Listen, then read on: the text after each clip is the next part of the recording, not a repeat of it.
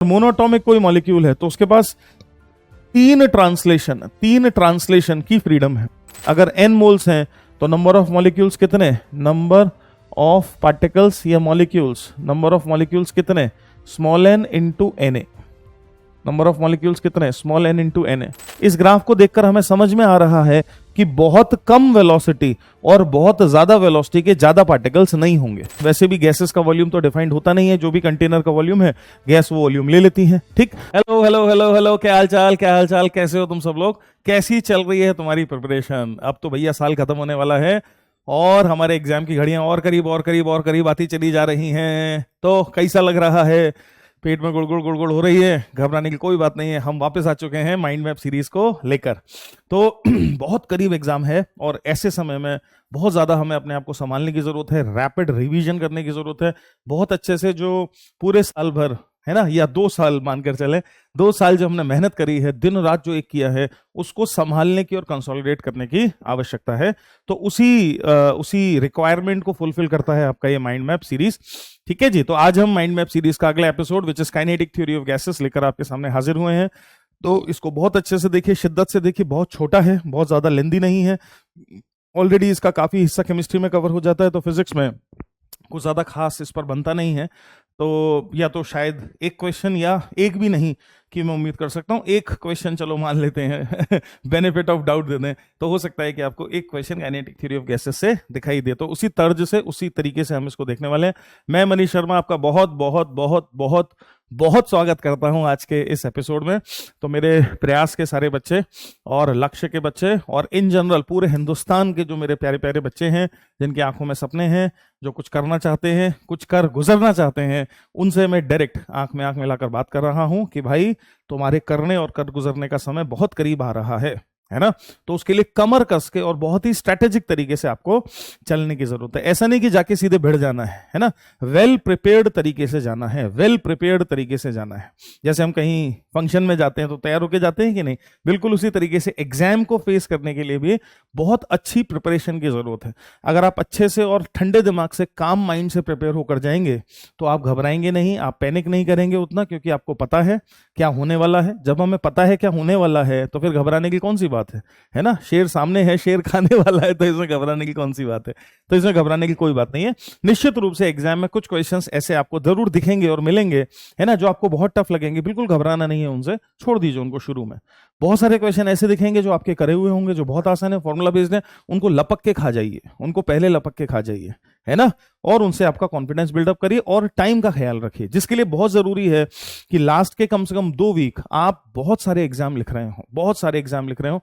तो all India test series, तमाम तरह की सीरीज चल रही हैं पीडब्ल्यू की तरफ से भी, और इन जनरल सभी लोग इस समय लास्ट का जो समय होता है उसमें खूब सारी सीरीज चला रहे होते हैं, बहुत सारे मॉक टेस्ट अवेलेबल हैं। तो मैं आपसे चाहूंगा कि लास्ट के 2 week, last 2 week, that means आप मानकर चलें कि 11-12 जनवरी ऑनवर्ड्स आप अपनी पूरी प्रिपरेशन को एग्जाम के पॉइंट ऑफ व्यू से दें। टेस्ट लिखें, ज्यादा से ज्यादा टेस्ट लिखें, और आप ऐसा कर सकें तो हम इसलिए ये सीरीज को भी कोशिश करेंगे कि हम जल्दी से जल्दी खत्म कर सकें, और जितने भी बच गए एपिसोड हैं उसको हम कोशिश करेंगे कि जल्दी से जल्दी खत्म कर सकें। इस वजह से नेक्स्ट वीक ऑनवर्ड्स आपको फिजिक्स के माइंड मैप के एपिसोड्स ट्यूसडे, वेडनेसडे, थर्सडे और सैटरडे, दैट मीन्स 4, अभी 2 दिन मिल रहे थे, ट्यूसडे और सैटरडे, उसकी फ्रीक्वेंसी बढ़ा ली हमने सो दैट हम टाइमली इसको खत्म कर सकें। तो आपको next week onwards, that mean 2024 के लिए गिफ्ट है ये पीडब्ल्यू की तरफ से कि माइंड मैप सीरीज जो चल रही है ना, उसमें फिजिक्स के आपको हफ्ते में 4 एपिसोड मिलेंगे, सो दैट 10-12 जितने भी टॉपिक रहते हैं हमारे, हम उनको फटाफट टाइमली खत्म करें और आप इसका भरपूर फायदा उठाएं। इसकी प्लेलिस्ट यूट्यूब पर बनी हुई है, तो जब भी आपको किसी भी एरिया को, मान लेते हैं आपको न्यूटन लॉ का रिवीजन करना है, आपको करंट इलेक्ट्रिसिटी का रिवीजन करना है, आपको ईएमआई का रिवीजन करना है, एसी का रिवीजन करना है, तो आप इस माइंड मैप के जरिए उसको कर सकते हैं। और इसमें जो जो बातें मैंने आपको समझाई हैं और बताई हैं, जो बेसिक फॉर्मुलेज हैं, उनको एक जगह पर नोट डाउन करें और उनको बार बार रिवाइज करें, है ना। तो बहुत अच्छा आप एग्जाम में करेंगे, ऐसी मेरी पूरी उम्मीद है। चलिए, जो तो एक बार फिर से सभी लोगों का भरपूर स्वागत करते हैं, दिल खोल के सभी लोगों का स्वागत करते हैं। मैं मनीष शर्मा स्वागत करता हूं आपका आज के इस एपिसोड में। तो let us begin, let us talk about kinetic theory of gases, KTG जिसको बोलते हैं शॉर्ट फॉर्म में। 11th का टॉपिक है, आसान टॉपिक है, सभी लोगों का ठीक ठाक होता है, अच्छा होता है। तो मेरा बहुत ज्यादा इनपुट देने का इसमें ज्यादा एंगल नहीं है, बस फटाफट फटाफट क्विकली हम सभी चीजों को देखेंगे और रिवाइज करेंगे, ठीक है जी। तो ऑब्वियसली बात होती है शुरू कहां से, आइडियल गैस से। हम केवल और केवल आइडियल गैस की बात करेंगे। पूरी काइनेटिक थ्योरी ऑफ गैसेस और थर्मोडायनेमिक्स में हम आइडियल गैस की ही बात करते हैं। तो आइडियल गैस होती क्या है, आइडियल गैस क्या होती है, अगर कोई पूछे तो आइडियल गैस है क्या, है ना। अभी तो बहुत सारे तरीके हैं जिससे हम आइडियल गैस को डिफाइन कर सकते हैं। वो सारी थ्योरेटिकल बातें अगर मैं एक तरफ पटक दूं और मेन मुद्दे की बात करूं, तो अगर मैं केवल ये भी कह देता हूं कि आइडियल गैस वो होती है जो पीवी इक्वल टू एनआरटी को फॉलो करती है, तो भी बात कंप्लीट हो जाती है।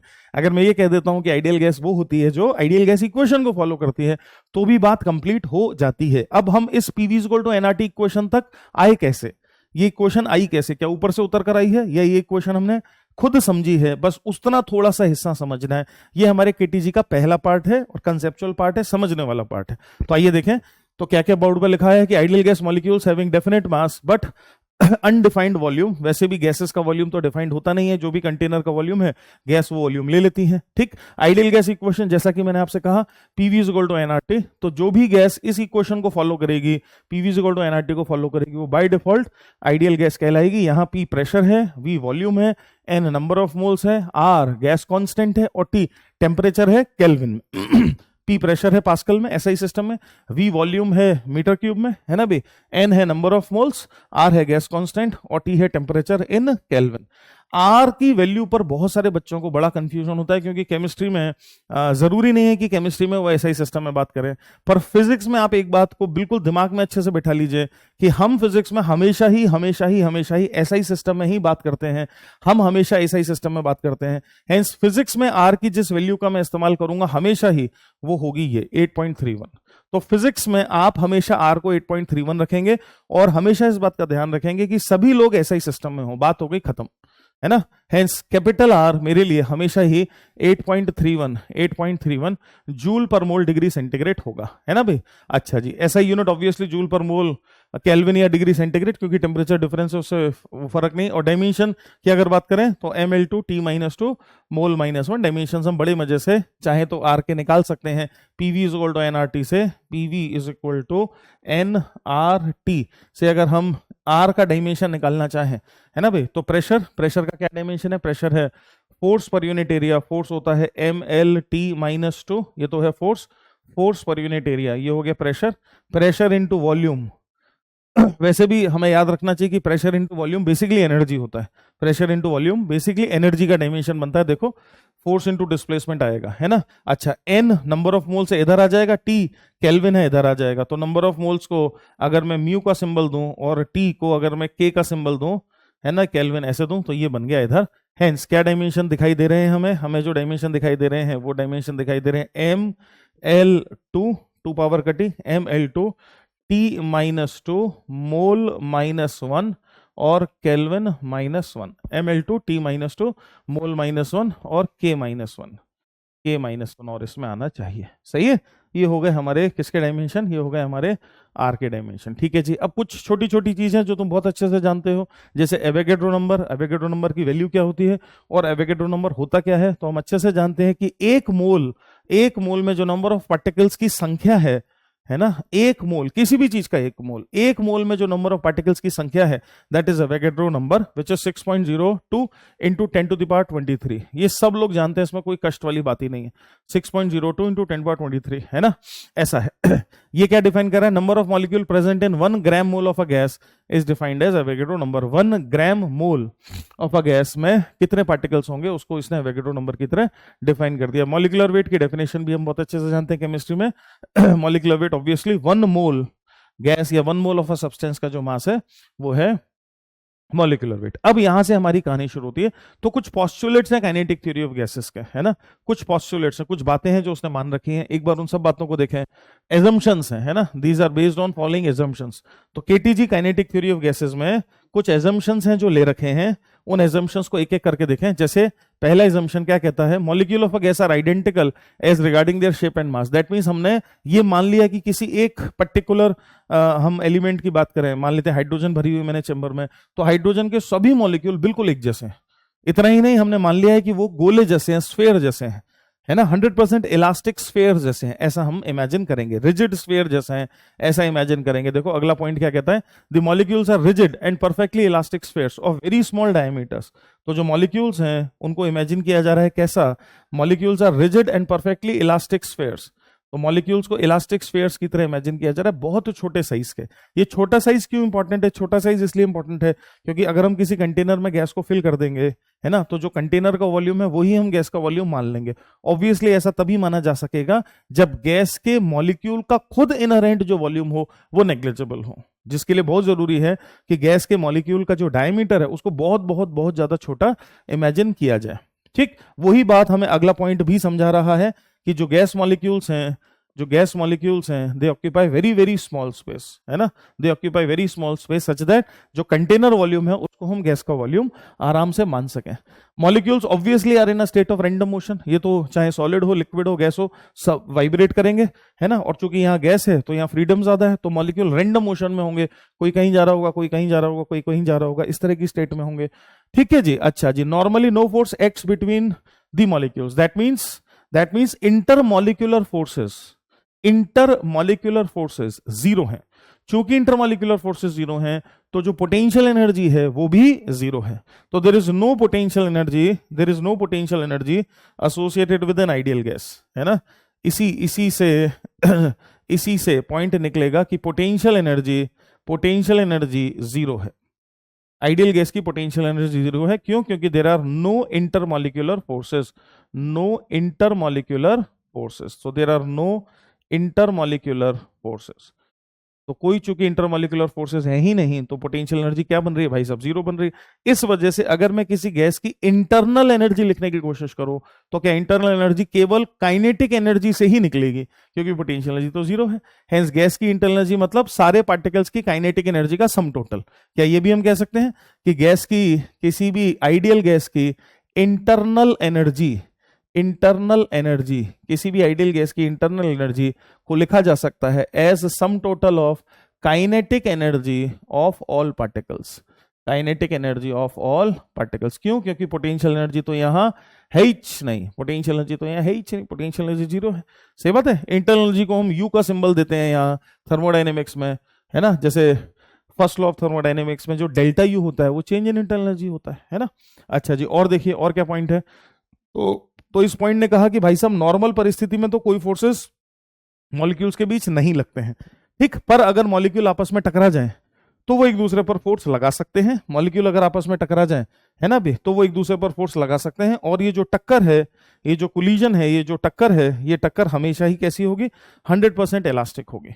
ठीक, मॉलिक्यूलर वेलोसिटीज जीरो से लेके इंफिनिटी तक कुछ भी हो सकती हैं, जीरो से लेके इंफिनिटी तक कुछ भी हो सकती हैं, है ना। मॉलिक्यूलर वेलोसिटी जीरो से इंफिनिटी तक कुछ भी हो सकती है। मैक्सवेल वेलोसिटी डिस्ट्रीब्यूशन कर्व से भी हमें ये बात समझ में आती है।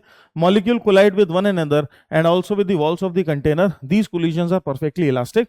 और इन कोलिजन में मॉलिक्यूल फोर्स एक्सर्ट करेगा। मॉलिक्यूल अगर आपस में टकराएंगे तो भी एक दूसरे पर फोर्स लगाएंगे, मॉलिक्यूल अगर दीवार से टकराएंगे तो भी दीवार पर फोर्स लगाएंगे। तो मॉलिक्यूल कंटेनर वॉल पर फोर्स लगा रहा होगा और कंटेनर वॉल मॉलिक्यूल पर फोर्स लगा रही होगी।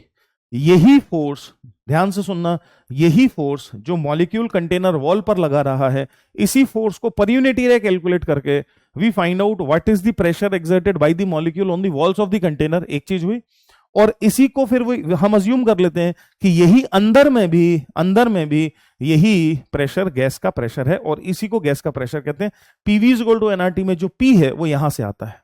मैं फिर से एक बार अपनी बात रिपीट कर दूं तो मैं ये कह रहा हूं कि ये अगर कंटेनर है तो मॉलिक्यूल जो इस कंटेनर के अंदर हैं, ये जो मॉलिक्यूल, चूंकि they are always in a state of random motion, है ना, they are always in a state of random motion, तो क्या ये मॉलिक्यूल आपस में भी टकराएंगे और कंटेनर वॉल से भी टकराएंगे। बिल्कुल टकराएंगे भाई साहब, ये मॉलिक्यूल आपस में भी टकराएंगे, कंटेनर वॉल से भी टकराएंगे।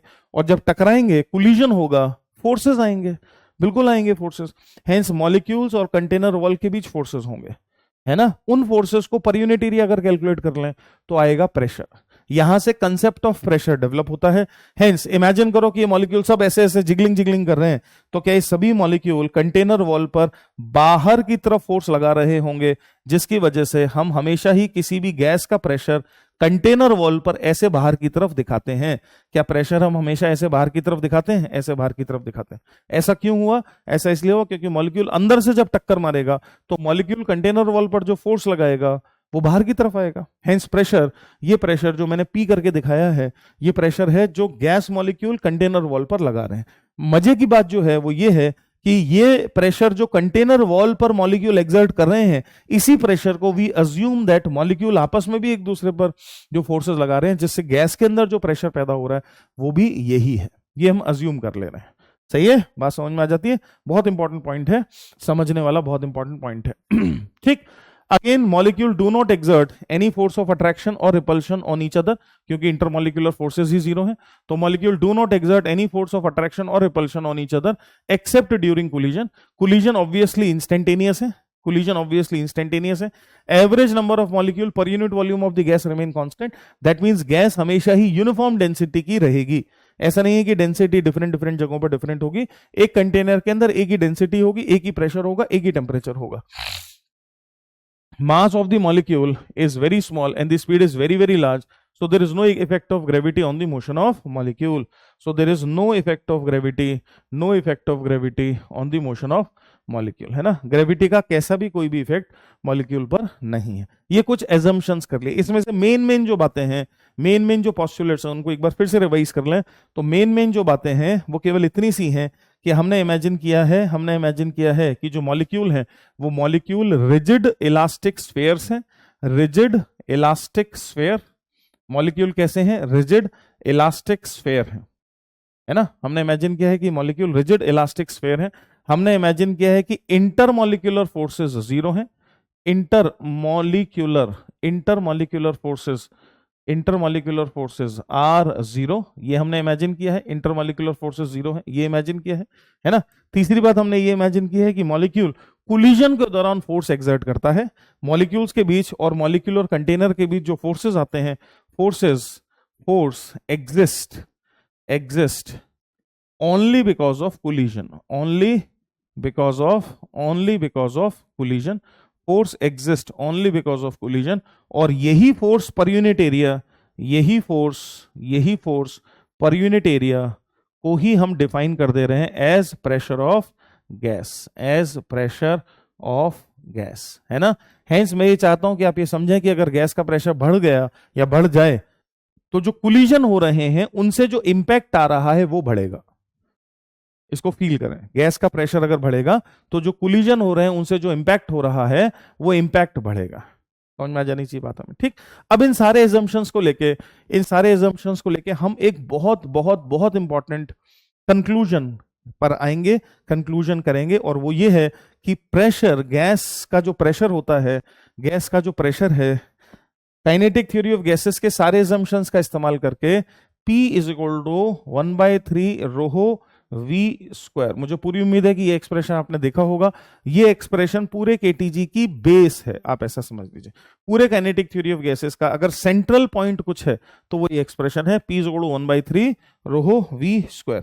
तो प्रेशर P = 1/3 ρ v², इन सारे काइनेटिक थ्योरी ऑफ गैसेस के एजम्पशंस को लेकर हम इस एक्सप्रेशन तक आते हैं। P = 1/3 ρ v², इस एक्सप्रेशन तक आते हैं। तो वैसे तो ये माइंड मैप सीरीज है ना भाई, तो मेरे को केवल रिवीजन कराना है, पर फिर भी चूंकि ये एक्सप्रेशन बहुत इंपॉर्टेंट है तो मैं चाहता हूं कि आप इस एक्सप्रेशन को एक बार मेरे साथ देखें। मैं इसको हल्का से डिराइव करूंगा, कुछ बातें उसमें समझनी बहुत ज्यादा जरूरी है क्योंकि घुमा फिरा कर चीजें आपसे पूछ सकता है। तो मैं चाहूंगा कि आप इसको थोड़ा सा समझें, है ना। 2 मिनट लगेंगे बस समझने में, ठीक है जी।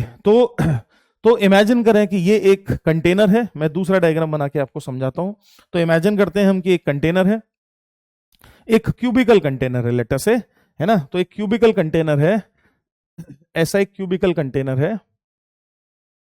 लेट अस इमेजिन इस टाइप का एक क्यूबिकल कंटेनर है, ऐसा क्यूबिकल कंटेनर है, और उस क्यूबिकल कंटेनर में कोई आइडियल गैस फिल्ड अप है। तो लेट अस इमेजिन ये क्यूबिकल कंटेनर है और इस क्यूबिकल कंटेनर में हमने कोई आइडियल गैस भर रखी है ना।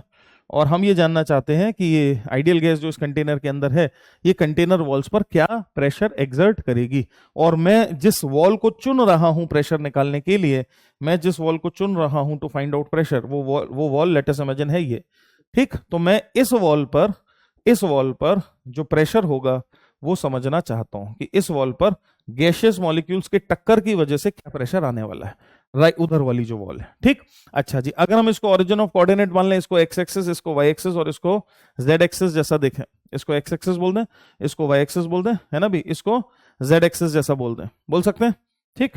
तो this is X axis, this is Y axis, this is Y axis, this is Z axis, ठीक है जी। तो अगर मैं ऐसे इनको एक्सिस वाइज डिफाइन कर दूं कि let us imagine this is my X axis, this is my Y axis and this is my Z axis, तो ये जो वॉल है ये वाई जेड प्लेन के पैरेलल आएगी। देखो ये जो दीवार होगी, दिस दीवार would be parallel to Y Z plane, parallel to Y Z plane.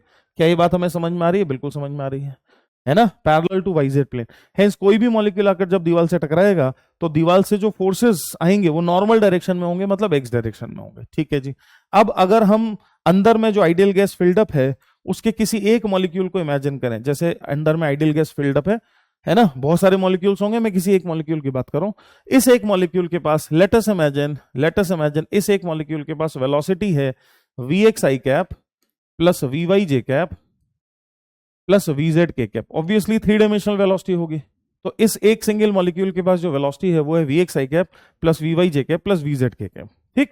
तो मान लेते हैं ये एक सिंगल मॉलिक्यूल है, इसका मास m है और इसके पास ये वेलोसिटी है किसी डायरेक्शन में, इसका मास m है और इस वेलोसिटी को हमने यहां दिखाया, ठीक। इमेजिन करो कि ये मॉलिक्यूल जाके इस दीवार से टकरा जाता है, 100% इलास्टिक कोलिजन होता है। हम जानते हैं 100% इलास्टिक कोलिजन अगर हो तो जो इंपल्स की दिशा है उसमें वेलोसिटी रिवर्स हो जाती है, बाकी वेलोसिटीज जैसी हैं ऐसी ही रहती हैं। हेंस अगर हम इस वेलोसिटी को कोलिजन से पहले इनिशियल वेलोसिटी जो होती है अगर उसकी तरह देखें तो कोलिजन के इमीडिएटली बाद जो वेलोसिटी बनेगी, क्या हम समझ रहे हैं कि चूंकि ये वॉल वाईजेड प्लेन के पैरेलल है, hence normal direction x direction में होगा, हेंस आई कैप वाली जो वेलोसिटी है वो रिवर्स हो जाएगी, बाकी जो लोग हों वो जैसे हैं ऐसे कैसे ही रहेंगे। Hence minus V X I cap plus V Y J cap plus V Z K cap, ये समझ में आना चाहिए। सही बात है, बिल्कुल सही बात है। हेंस एक सिंगल मॉलिक्यूल की जब कोलिजन हुई, टक्कर हुई, तो उसका जो मोमेंटम चेंज आया एज अ वेक्टर वो कितना हुआ, तो momentum change as a vector of a single molecule, momentum change as a vector of a single molecule कितना हुआ, मॉलिक्यूल का मास है m, है ना, तो final momentum minus initial momentum जब मैं करूंगा तो मुझे मिलेगा minus 2m vx i cap, minus 2m vx i cap. सही है, सही है। ये किसका मोमेंटम चेंज लिखा मैंने, momentum change of one molecule. This delta p is momentum change of कितने मॉलिक्यूल का, वन मॉलिक्यूल या सिंगल मॉलिक्यूल। तो एक सिंगल मॉलिक्यूल जब हम उस दीवार से टकराता है तो जो मोमेंटम चेंज हुआ है, मोमेंटम चेंज ये हुआ है, ठीक है भाई। मान लेते हैं कि ये जो मेरा क्यूबिकल कंटेनर है वो ए साइड का है, लेट अस इमेजिन जो मेरा क्यूबिकल कंटेनर है वो ए साइड का है ना भाई, तो इसकी लेंथ भी एल है, ये भी ए साइड का है, तो सारे डायमेंशंस इसके ए हैं, ए सारे डायमेंशंस ए हैं। हम क्या करना चाहते हैं, हम निकालना चाहते हैं कि इस मॉलिक्यूल के कोलिजन की वजह से फोर्स कितना आएगा, और हम जानते हैं फोर्स dp बाई dt होता है, तो हमें टाइम इंटरवल dt निकालना होगा। सारा खेल इस टाइम इंटरवल dt को समझने का है। ये सारा एक्सरसाइज मैं केवल इसलिए करा रहा हूं, ये एक्स्ट्रा पेन मैं केवल इसलिए ले रहा हूं ताकि आपको ये इंपॉर्टेंट बात समझा सकूं कि ये जो टाइम लिया गया है बड़ी चालाकी से लिया गया है। ध्यान से देखना और समझना। इमेजिन करो कि मॉलिक्यूल इस दीवार से कोलाइड करके ये वेलोसिटी लेकर आया, ठीक। अच्छा जी, अगर हम y और z में मोशन को भूल जाएं, क्योंकि वेक्टर में हम ऐसा कर सकते हैं, केवल x डायरेक्शन में पार्टिकल के मोशन को कंसंट्रेट करें और देखें तो क्या माइनस vx वेलोसिटी से क्या ये पार्टिकल ऐसे चलेगा। और अगर इमेजिन करें कि गैस की डेंसिटी काफी कम है और ये मॉलिक्यूल किसी दूसरे मॉलिक्यूल से नहीं टकरा रहा है, तो क्या ये मॉलिक्यूल सीधे ही इस दीवार से जाकर टकराएगा और a डिस्प्लेसमेंट करेगा। समय कितना लगेगा इसको यहां से यहां तक जाने में, a डिवाइडेड बाय vx, है ना। इस वॉल से जब टकराएगा तो ये minus V X I cap value velocity plus V X I cap में कन्वर्ट हो जाएगी, और फिर उस plus V X I cap की वेलोसिटी से ये इस वॉल से चलकर इस वॉल तक पहुंचेगा, फिर ए डिस्प्लेसमेंट करेगा। तो अगर मैं गैस की लो डेंसिटी इमेजिन करूं, अगर मैं ये इमेजिन करूं कि मॉलिक्यूल आपस में नहीं टकरा रहे हैं, मान लेते हैं, है ना, तो इस वॉल पर दो सक्सेसिव कोलिजन्स के बीच का जो टाइम इंटरवल है है ना, time interval between two successive collision, time interval between two successive collision, time interval between time interval between two successive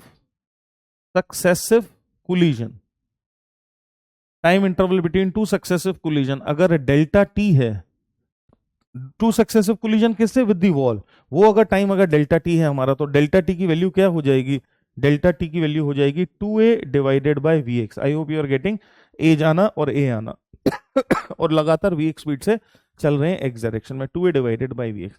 ये टाइम कुछ इस तरह से लिया गया है कि ध्यान से सोचोगे तो समझ में आएगा कि इस टाइम इंटरवल में जितने भी मॉलिक्यूल थे इस कंटेनर के अंदर, वो मॉलिक्यूल एक एक बार ऑल 6 वॉल से टकरा चुके होंगे, और जैसे उनकी वेलोसिटी थी शुरू में, वही वेलोसिटी सभी मॉलिक्यूल की हो गई होगी, क्योंकि अभी हमने स्टोरी केवल इस प्लेन के लिए देखी है ना।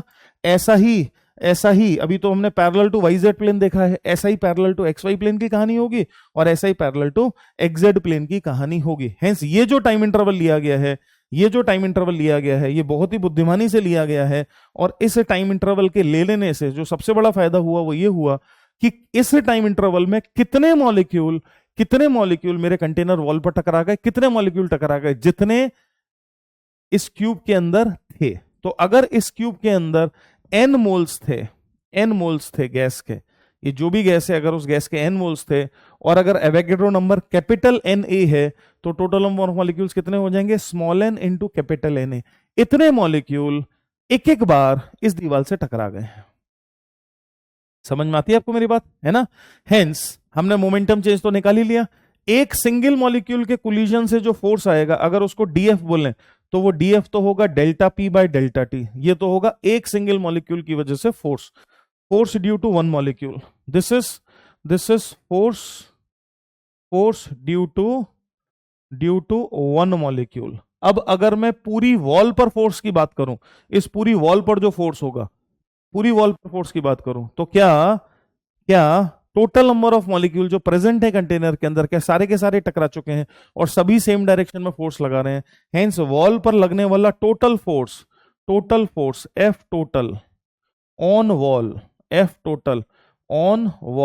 पर लगने वाला टोटल फोर्स अगर मैं लिखूं, तो क्या वो हो जाएगा टोटल नंबर ऑफ मॉलिक्यूल्स जो कि कितने हैं, जो कि है n number of moles n into Avogadro number. क्या मेरी बात समझ पा रहे हैं? अगर n मोल्स हैं तो नंबर ऑफ मॉलिक्यूल्स कितने, नंबर ऑफ पार्टिकल्स या मॉलिक्यूल्स, नंबर ऑफ मॉलिक्यूल्स कितने, small n into Na। Number of molecules कितने, स्मॉल n इंटू Na, है ना। तो small n into Na multiplied by delta P by T. Delta P का value है 2mvx, magnitude की बात कर रहा हूं, तो 2mvx डिवाइडेड बाय टी का वैल्यू है कितना, 2a बाय vx। टी का वैल्यू है 2a बाय vx। क्या हम यहां तक समझ पा रहे हैं? हम यहां तक समझ पा रहे हैं, ठीक है ना भाई, करेक्ट है, ठीक है जी, ऐसा अच्छा जी। अब देखिए, n is number of moles, Na is Avogadro number, n into Na is number of particles, m is mass of a single molecule. Hence total number of molecule multiplied by mass of one particle. Total number of particle multiplied by mass of one particle क्या बन जाएगा, mass of gas. Hence mass of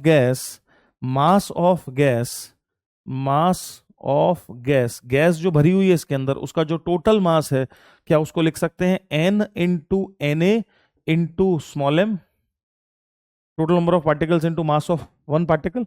n into Na into small m बन गया mass of the gas, capital M, इसको symbol दे देते हैं इधर, कैपिटल M, है ना भाई। Hence total force is equal to, ये वाला 2 इस वाले 2 से कैंसिल हो गया, तो कैपिटल M इंटू Vx का स्क्वायर डिवाइडेड बाय a। यहां तक समझ में आना चाहिए, 2 कैंसिल हो गया, कैपिटल M इंटू Vx का स्क्वायर डिवाइडेड बाय, ये तो है फोर्स, पर हमें तो जरूरत है प्रेशर की। इस दीवार का एरिया कितना है, a स्क्वायर। हेंस प्रेशर निकालने के लिए फोर्स को ऑब्वियसली मैं a स्क्वायर से डिवाइड करूंगा। Hence pressure exerted by the gas on the container wall is force divided by a square. और जब मैं फोर्स को a स्क्वायर से डिवाइड करूंगा तो मुझे क्या मिलेगा, मुझे मिलेगा total mass of the gas divided by a cube into Vx का square. a cube is the volume of the container. Hence total mass of the gas divided by volume of the container क्या बन गया? Density of the gas. Hence क्या ये बन गया? Rho into V X का square. So this is like rho into V X का square. क्या हम यहां तक समझ पा रहे हैं कि pressure exerted by the gas को रोहो इंटू वी एक्स का स्क्वायर लिखा जा सकता है? Pressure exerted by the gas को रोहो इंटू वी एक्स का स्क्वायर लिखा जा सकता है। अंदर अंदर में क्वेश्चन बन जाते हैं, इसीलिए हम इसको देख रहे हैं, है ना। तो प्रेशर जो गैस एक्सर्ट कर रही है उसको लिखा जा सकेगा रोहो इंटू वी एक्स का स्क्वायर। यहां तक हम आ गए हैं, यहां तक हमने इसको अच्छे से देख लिया है और समझ लिया है। ठीक, ठीक है भाई साहब। अब आगे की बात को समझते हैं। आगे की बात यह है कि अभी हमने थोड़ी देर पहले लिखा था कि गैस के मॉलिक्यूल के पास जो वेलोसिटी है v, है ना, that velocity v is V X I cap plus V Y J cap plus V Z K cap. सही है, ऐसा है। और गैस की जो स्पीड होगी अगर उसको v बोले तो that would be equal to under root of V X का स्क्वायर प्लस वी वाई का स्क्वायर प्लस वी जेड का स्क्वायर। ठीक है, बिल्कुल ठीक है। अब एक लॉ है जिसको मैक्सवेल्स लॉ भी कहते हैं, law of equipartition of energy भी कहते हैं। आगे भी अभी आएगा इसमें, तब भी हम दोबारा भी बात करेंगे। ठीक है जी। तो law of equipartition of energy, law of equipartition, law of equipartition, partition, law of equipartition of energy हमसे ये कहता है कि भाई जो टोटल एनर्जी है वो बराबर बराबर बट जाती है ना। हेंस जो टोटल काइनेटिक एनर्जी होगी बॉडी के पास वो V X V Y V Z में बराबर बराबर बट जाएगी। ऐसा केवल तभी हो सकता है जब वी एक्स का magnitude, law of equipartition of energy का अगर हम इस्तेमाल करें तो ये बेसिकली जो कहना चाह रहा है वो ये कहना चाह रहा है कि वी एक्स का मैग्नीट्यूड बराबर वी वाई का मैग्नीट्यूड बराबर वी जेड का मैग्नीट्यूड होना ही चाहिए, ताकि जो टोटल काइनेटिक एनर्जी है जो तीन डिफरेंट डायरेक्शंस में एक्स वाई जेड डायरेक्शंस में काइनेटिक एनर्जी के सम टोटल से बनी है, ऐसा ना हो जाए कि एक्स में काइनेटिक एनर्जी ज्यादा हो, वाई में काइनेटिक एनर्जी कम हो। क्यों? इसलिए क्योंकि कोई बाइसिंग नहीं होगी, इसलिए क्योंकि डिस्ट्रीब्यूशन रैंडम है, तो सबको बराबर बराबर बराबर बराबर एनर्जी मिलेगी। इस पर हम आगे भी बात करेंगे, अभी हम इसका इस्तेमाल कर रहे हैं। तो अगर वी एक्स बराबर वी वाई बराबर वी जेड है ना, तो क्या इस स्टेटमेंट को क्या अब मैं ऐसे लिख सकता हूं कि v is equal to under root of 3vx का स्क्वायर, क्योंकि ये तो सब आपस में बराबर है ना, करेक्ट है। 3 under root of 3 into V X का स्क्वायर, या वी एक्स का स्क्वायर, यहां से क्या हम ये कंक्लूड कर सकते हैं कि वी एक्स का square is equal to V square divided by 3। V X का square is equal to V square divided by 3। कर सकते हैं कंक्लूड, ये बिल्कुल कर सकते हैं कि वी एक्स का square is equal to V square divided by 3। और इस वैल्यू को उठा के अगर मैं यहां रखूं, इस वैल्यू को उठा के अगर मैं यहां रखूं तो क्या इस प्रेशर के एक्सप्रेशन को can I convert into another expression कि pressure P is equal to 1/3 rho V square. Pressure P is equal to 1/3 rho V square. समझ में आई बात? इस तरीके से इसको डिराइव किया जाता है। चूंकि इसके डेरिवेशन में अंदर छोटी छोटी चीजें हैं, टाइम निकाल दो, मोमेंटम बता दो, एक मॉलिक्यूल के टक्कर से कितना फोर्स आ रहा है ये बता दो, यहां से यहां तक जाने में कितना समय लगेगा ये बता दो, वी एक्स का वी के साथ क्या रिलेशनशिप है ये बता दो। इन पर छोटे छोटे क्वेश्चंस बन जाते हैं, इसलिए इसको समझना बहुत ज्यादा इंपॉर्टेंट था। ठीक है जी। तो मुद्दा हमारा यहां आके रुक गया है कि भैया गैस का जो प्रेशर है that is P is equal to 1/3 rho V square. Gas का जो प्रेशर है that is P is equal to 1/3 rho V square. क्या यहां तक हमें बात समझ में आ जा रही है? गैस का जो प्रेशर है वो P is equal to 1/3 rho V square होगा। ठीक है जी, यहां तक हम समझ गए। तो KTG kinetic theory of gases में जो आइडियल गैस के एजम्पशंस हैं, पोस्टुलेट्स हैं, उनको लेते हुए हम यहां तक आ गए हैं कि pressure of the gas can be written as 1/3 rho V square. आगे की जो कहानी है वो मैक्सवेल्स वेलोसिटी डिस्ट्रीब्यूशन से समझी जाएगी, क्योंकि प्रश्न ये है कि यहां जो v है जो स्पीड है, ये इस v की जगह पर क्या रखा जाए, v कौन सी स्पीड होगी, क्या स्पीड होगी। ठीक, तो उसको समझने के लिए हमें मैक्सवेल्स वेलोसिटी डिस्ट्रीब्यूशन पर जाना पड़ेगा और मैक्सवेल्स वेलोसिटी डिस्ट्रीब्यूशन को समझना पड़ेगा। तो मैक्सवेल भाई साहब हुए ग्रेट आदमी हुए, तो मैक्सवेल भाई साहब ने एक्चुअल रियल गैसेस पर काम किया, रियल गैसेस को स्टडी किया, और रियल गैसेस को स्टडी करके नंबर ऑफ पार्टिकल्स और इधर वेलोसिटी को प्लॉट किया। तो इधर जो वाई एक्सिस पर प्लॉटेड है, वाई एक्सिस पर जो प्लॉटेड है वो है नंबर ऑफ पार्टिकल्स जिनकी वेलोसिटी v है, नंबर ऑफ पार्टिकल्स जिनकी वेलोसिटी v है, और एक्स एक्सिस पर जो प्लॉटेड है वो है velocity.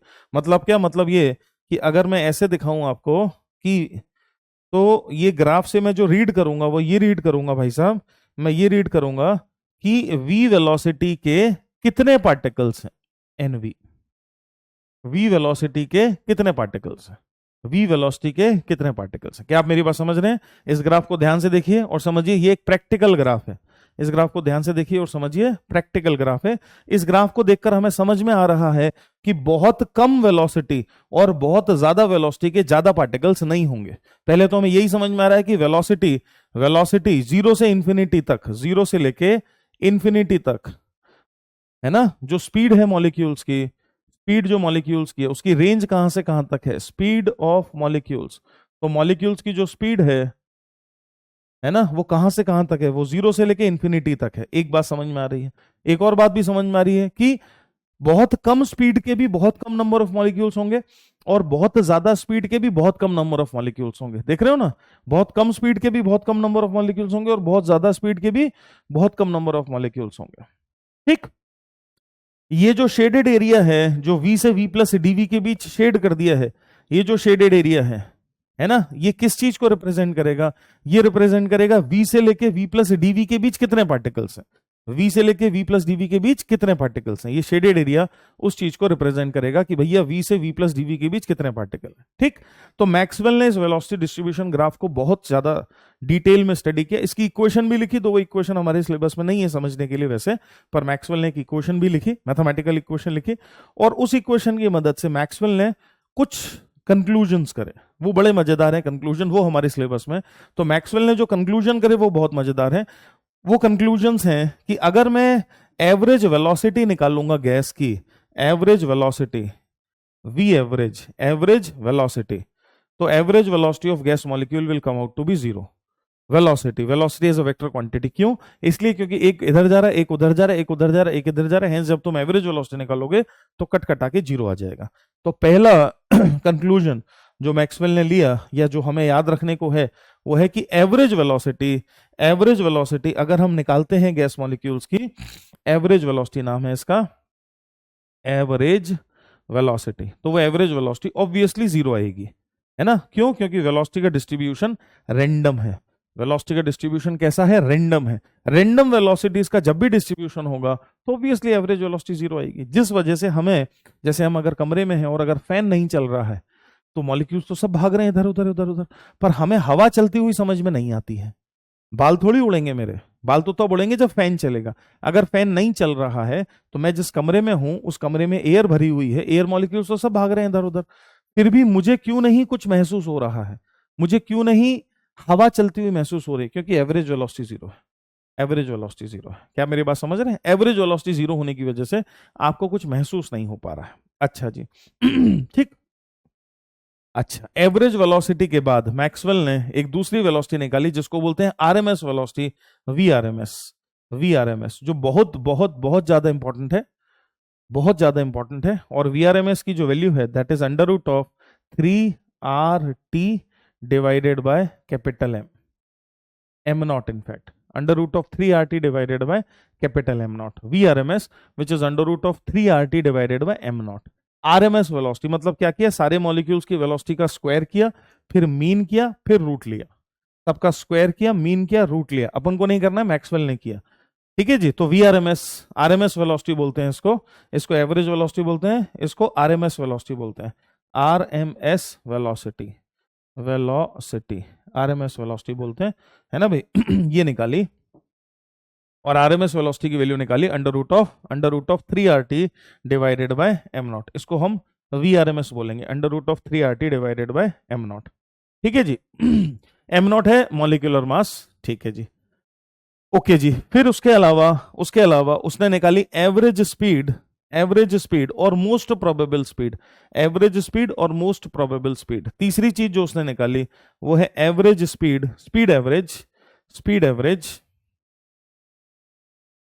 Average speed, speed average, speed average, और स्पीड एवरेज की value under root of 2RT divided by M naught, इसको एवरेज स्पीड बोलेंगे। क्या बोलेंगे? Average speed. एवरेज स्पीड, ये फॉर्मूले हैं, पहले तो हमें फॉर्मूले याद करने होंगे जो कि सबको याद ही हैं। Average speed which is under root of 2RT divided by M naught, average speed which is under root of 2RT divided by, नहीं, most probable speed which is under root of 2RT divided by M naught. ठीक है जी। तो RMS velocity के बाद तीसरी चीज जो Maxwell भाई साहब ने हमें बताई वो है एवरेज स्पीड। बहुत ही मजेदार काम मैक्सवेल ने किया। Average speed, average speed, average speed, है ना भाई। तो एवरेज स्पीड, इसको मैं स्पीड एवरेज ऐसे लिख रहा हूं, और स्पीड एवरेज का एक्सप्रेशन मैंने नहीं दिया, मैक्सवेल ने दिया। तो स्पीड एवरेज का एक्सप्रेशन जो मैक्सवेल ने दिया वो है 8RT bye pi M not, 8RT bye pi M naught. ठीक, और ऐसा ही चौथा और आखिरी चीज है, चौथी और आखिरी चीज है भाई साहब, most probable, V most probable जिसको बोलते हैं, most probable velocity, V most probable, जिसकी वैल्यू उसने दी under root of 2RT by M naught. ठीक, ये तो जीरो है तो इसकी तो बात ही क्या करनी। बाकी जो तीनों वेलोसिटीज हैं वो तीनों वेलोसिटीज, बाकी तीनों वेलोसिटीज आपको दिखाई दे रही हैं। सबसे ज्यादा जो मैग्नीट्यूड है वो किसका है? वीआरएमएस का है ना भाई। फिर उसके बाद एवरेज स्पीड का है, और सबसे कम जो मैग्नीट्यूड है वो है वी मोस्ट प्रोबेबल का, है ना भाई। हेंस इन तीनों के बीच मैग्नीट्यूड वाइज जो कहानी है वो है कि वीआरएमएस की वैल्यू सबसे बड़ी है, तो VRMS is greater than average speed, VRMS is greater than average speed. Average speed के लिए इसने ये सिंबल ले लिया है, ये वाला सिंबल ले लिया है ना भाई। तो हम एवरेज स्पीड ही लिख लेते हैं। Average speed is greater than average speed and average speed is greater than most probable, average speed is greater than most probable। सही है, करेक्ट है, ऐसा है। मैं नेक्स्ट स्लाइड पर ले आ रहा हूं इन सब चीजों को। ठीक, तो फिर से एक बार सबको देखें तो VRMS, तो VRMS is equal to under root of 3RT divided by pi M naught. ठीक, ये सबसे ज्यादा मैग्नीट्यूड की है। फिर एवरेज स्पीड, उसके बाद एवरेज स्पीड, उसके बाद अगली जो चीज है दैट इज एवरेज स्पीड, जिसकी वैल्यू है under root of 8RT divided by pi M naught. अरे, under root of 8RT divided by pi M naught. और फिर most probable speed VMP, most probable speed which is like under root of 2RT which is under root of 2RT divided by M naught. ठीक, अच्छा जी। अब मैं उम्मीद करता हूं कि सबको ये पता होगा कि जो गैस कांस्टेंट कैपिटल आर है वो एक्चुअली दो कांस्टेंट से मिलकर बनता है। जो गैस कांस्टेंट कैपिटल आर है that is basically a product of Avogadro number into Boltzmann constant.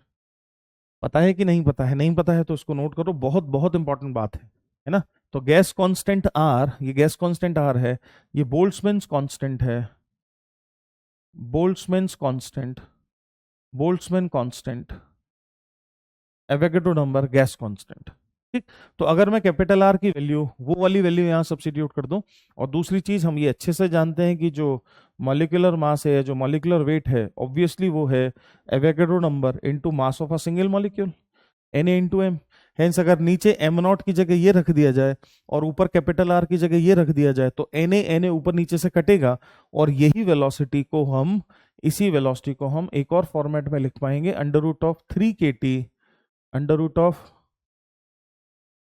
3kT divide, अरे यहाँ पाई कहाँ से आ गया, अंडर रूट ऑफ 3kT, यहाँ पाई नहीं आएगा, मैंने गलती से लिख दिया, under root of 3kT divided by small m।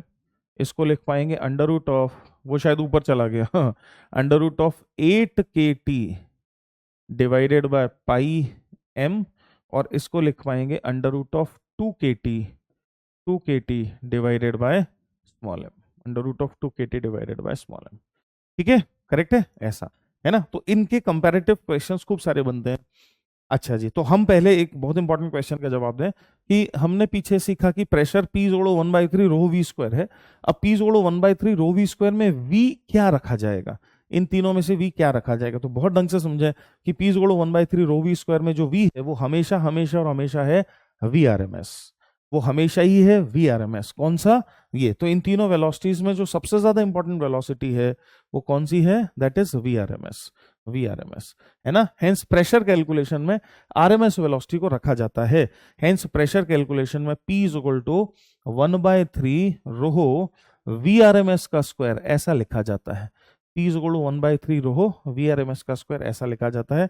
तो दिमाग में अच्छे से बिठाएं कि प्रेशर कैलकुलेशन करते वक्त या प्रेशर कैलकुलेशंस जब किए जाते हैं तो उसमें कौन सा वाला मैक्सवेल्स वेलोसिटी डिस्ट्रीब्यूशन से जो 3 वेलोसिटी निकालनी उनमें से कौन से वेलोसिटी का इस्तेमाल होगा, VRMS का इस्तेमाल होगा। अब देखिए कि अगर मैं यहाँ VRMS का इस्तेमाल करूं which is under root of 3RT/m0, है ना, which is under root of 3RT/m0, अगर मैं इसका इस्तेमाल करूं तो मुझे क्या मिलेगा, let us find out.